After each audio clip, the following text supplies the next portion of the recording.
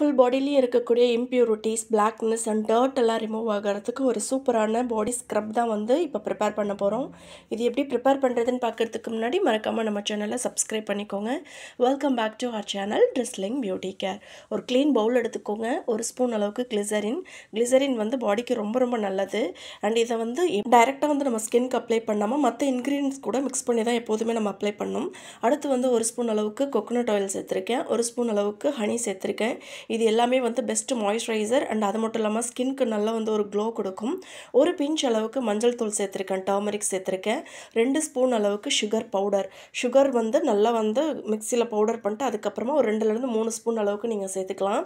இது வந்து அந்த பிளாக்னஸ் எல்லாத்தையும் சூப்பராக ரிமூவ் பண்ணி டர்ட் எல்லாத்தையும் ரிமூவ் பண்ணோம். ஒரு ஹாஃப் லெமன் ஜூஸ் சேர்த்துக்கோங்க. காஃபி பவுடர் இருந்ததுன்னா ஒரு ஸ்பூன் சேர்த்துக்கோங்க. நான் காஃபி பவுடர் வந்து அலோவேரா ஜெல் கூட மிக்ஸ் பண்ணி வச்சுருக்கேன். ஸோ அதனால் அது வந்து ஒரு 1.5 ஸ்பூன் அளவுக்கு சேர்த்துருக்கேன். அண்ட் இது எல்லாத்தையுமே வந்து நல்லா வந்து மிக்ஸ் பண்ணிக்கோங்க. உங்களுக்கு இந்த மாதிரி கன்சிஸ்டன்சியில் தான் இருக்கும். ரொம்ப கொஞ்சம் ஆயிலாக இருக்கிற மாதிரி இருக்குன்னா கொஞ்சம் சுகர் பவுடர் வந்து ஆட் பண்ணிக்கோங்க.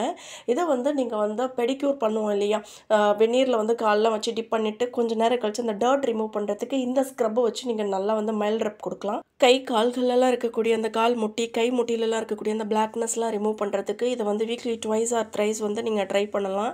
இந்த ஸ்க்ரப் வந்து அந்தளவுக்கு பெருசாக வந்து ஸ்கின்னை கிழிக்காது. ஏன்னா நம்ம வந்து சுகரை வந்து பவுடர் பண்ணி தான் சேர்த்துருக்கோம். ஸோ எப்போதுமே வந்து மைல்ட் ரப் தான் கொடுக்கணும், போட்டு ரப் பண்ணக்கூடாது. இந்த மாதிரி ஒரு 10 மினிட்ஸ்க்குள்ளே வந்து மைல்ட் ரப் கொடுத்துக்கோங்க. ரொம்ப அதிகமாக வேணாம். 10 மினிட்ஸ்க்குள்ளேயே முடிச்சுக்கிற மாதிரி பார்த்துக்கோங்க. அதுக்கப்புறம் ஒரு 5 மினிட்ஸ் அப்படியே விட்டுட்டு அதுக்கப்புறம் நார்மல் வாட்டரில் வாஷ் பண்ணுங்கள். இந்த மாதிரி பண்ணும்போது ஸ்கின் நல்லா க்ளோ ஆகும். அதுக்கப்புறம் வந்து ஸ்கின் ரொம்ப ட்ரையாக இருக்குன்னா இதில் சேர்த்துக்கிற நம்ம கிளிசரின், கோகோனட் ஆயில் எல்லாமே வந்து நல்ல ஒரு மாய்ஸ்சரைசிங்காகவும் இருக்கும். ஸ்கின் பார்க்கவே நல்லா வந்து டர்மரிக்லாம் சேர்க்கறதுனால ஃபுல் பாடியுமே வந்து நல்லா ஷைனிங்காகவும் அண்ட் நல்ல ஒரு கோல்டன் லுக்கும் கொடுக்கும். ஸ்கின் அலர்ஜி உள்ளவங்க பேட்ச் டெஸ்ட் மாதிரி பண்ணிட்டு அதுக்கப்புறமா யூஸ் பண்ணுங்கள். இந்த வீடியோ பிடிச்சதுல லைக் பண்ணுங்கள், ஷேர் பண்ணுங்கள், சப்ஸ்கிரைப் பண்ணிக்கோங்க.